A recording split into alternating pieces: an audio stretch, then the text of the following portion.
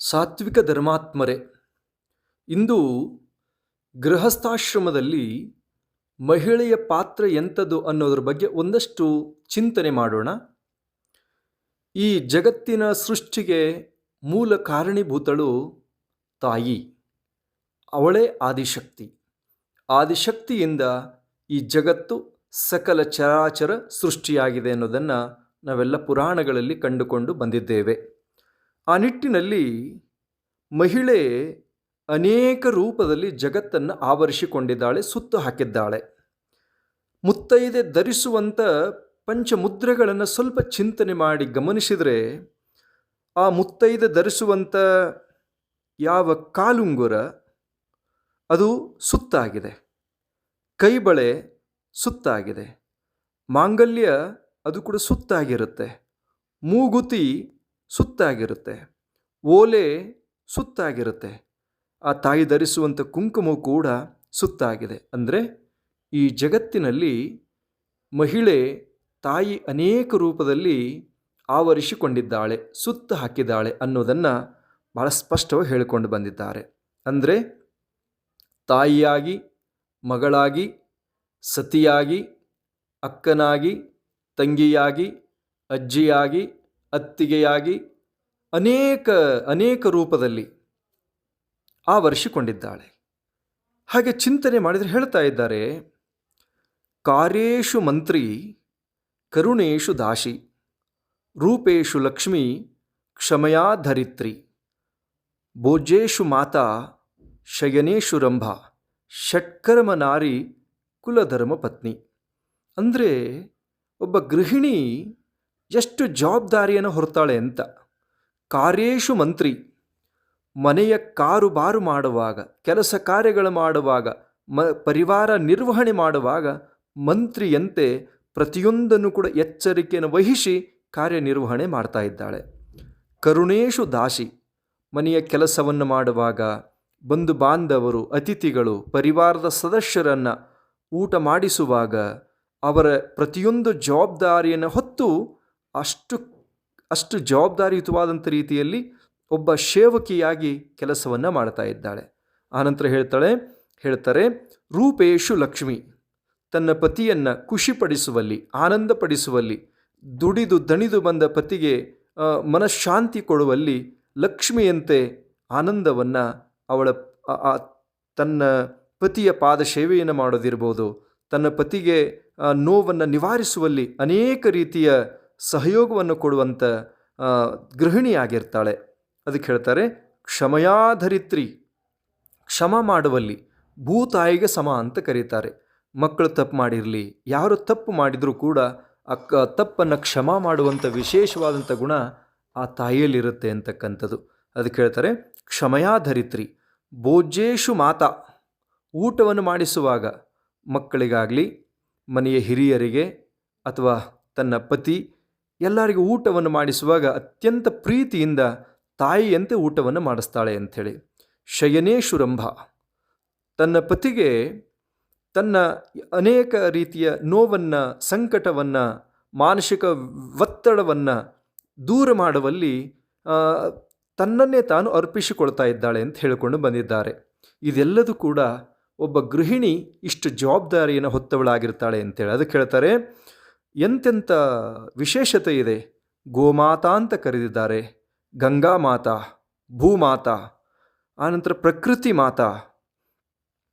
ಇವೆಲ್ಲದೂ ಕೂಡ ಅನೇಕ ರೂಪದಲ್ಲಿ ತಾಯಿ ತನ್ನ ಜವಾಬ್ದಾರಿಯನ್ನು ನಿರ್ವಹಣೆ ಮಾಡ್ತಾ ಇದ್ದಾಳೆ. ಗೋಮಾತೆ, ಈ ಜಗತ್ತಿನಲ್ಲಿ ಗೋವೆಗೆ ಮಾತೆ ಅಂತ ಕರೆದ್ರು. ತಾಯಿ ತನ್ನ ಮಕ್ಕಳಿಗೆ ಹಾಲನ್ನು ಕೆಲವಷ್ಟು ಸಮಯ ಕುಡಿಸಿದರೆ ಆ ಗೋಮಾತೆ ಜೀವನ ಪರ್ಯಂತರವಾಗಿ ಹಾಲನ್ನು ಕೊಡುವಂಥವಳಿದ್ದಾಳೆ. ಗಂಗಾ ಮಾತಾ ಅಂತ ಕರೆದ್ರು. ಗಂಗೆ ಅಂದರೆ ನೀರಿಲ್ಲದೆ ಹೋದರೆ ನಾವ್ಯಾರು ಕೂಡ ಜೀವಂತವಾಗಿರಲಿಕ್ಕೆ ಸಾಧ್ಯ ಇಲ್ಲ. ಭೂಮಾತಾ, ಈ ಭೂಮಿ ಎಲ್ಲರನ್ನು ಹೊತ್ತು ರಕ್ಷಣೆ ಮಾಡ್ತಾ ಇದ್ದಾಳೆ. ಆನಂತರ ಪ್ರಕೃತಿ ಮಾತಾ, ಪ್ರಕೃತಿ ದೊಡ್ಡ ಕೊಡುಗೆ ನಮಗೆ. ಪ್ರಕೃತಿ ಇಲ್ಲದೆ ಹೋದರೆ ನಾವೇನನ್ನು ಕೂಡ ಮಾಡಲಿಕ್ಕೆ ಸಾಧ್ಯ ಇಲ್ಲ.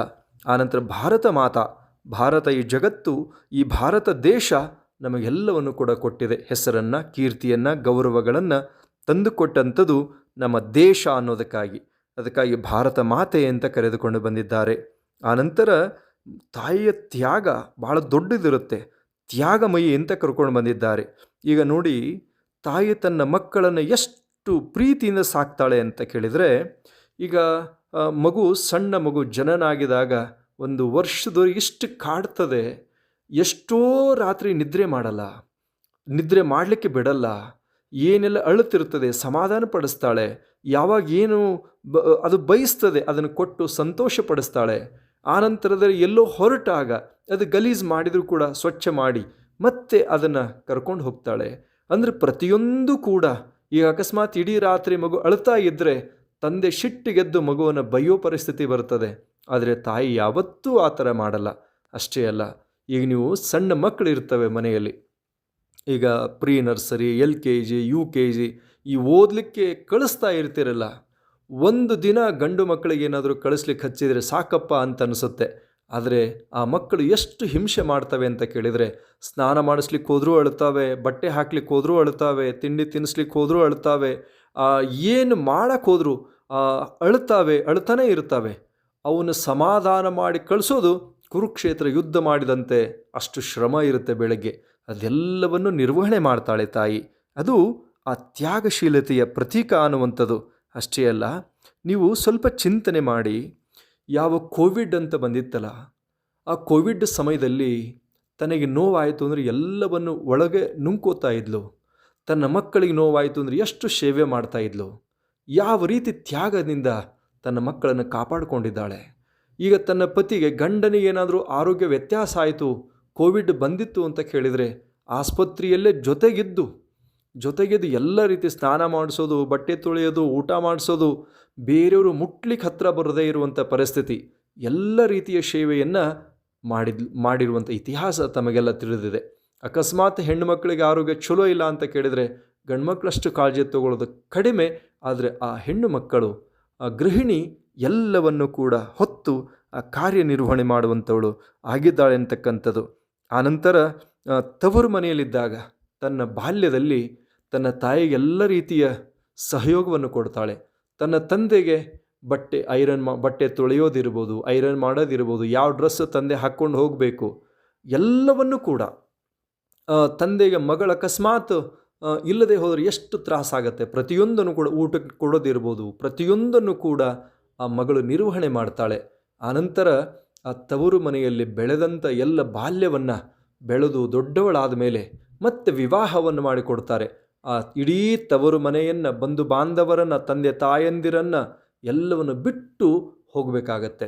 ಅಲ್ಲಿ ಹೋಗಿ ಆ ಮನೆಯ ಬೆಳಕನ್ನು ಹಚ್ಚುವಂಥ ಕಾರ್ಯ, ಬೆಳಕನ್ನು ಚೆಲ್ಲುವಂಥ ಕಾರ್ಯ, ಆ ವಂಶವನ್ನು ವೃದ್ಧಿಪಡಿಸುವಂಥ ಕಾರ್ಯವನ್ನು ಆ ತಾಯಿ ಮಾಡ್ತಾ ಇದ್ದಾಳೆ.